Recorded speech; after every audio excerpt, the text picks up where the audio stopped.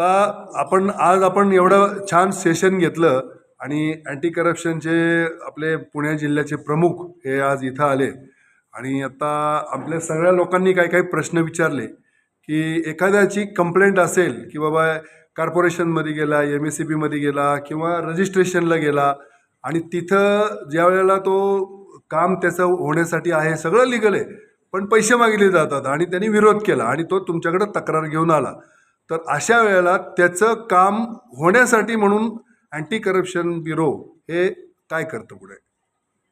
एकतर ज्या ज्या ठिकाणी कोणत्याही व्यक्तीला त्याच्या सरकारी कामाकरता, कायदेशीर कामाकरता पैसे मागितले जातात, निश्चितपणे त्या ठिकाणी तुम्ही ते द्यायला नाही पाहिजे.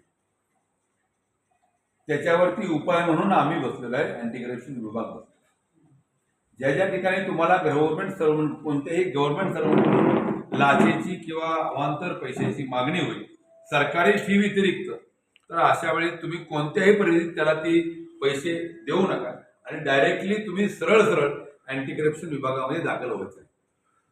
लिगल काम आहे.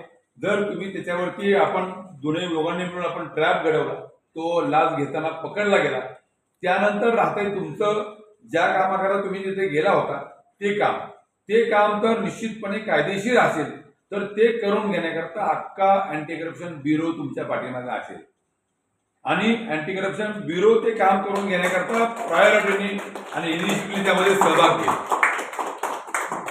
त्यामुळं तुम्ही बिनधास्त राहा, तुमचं कुठलंही कायदेशीर काम राहणार नाही याची 100% ब्युरो काळजी घेईल आणि काळजी घेत आहे. धन्यवाद.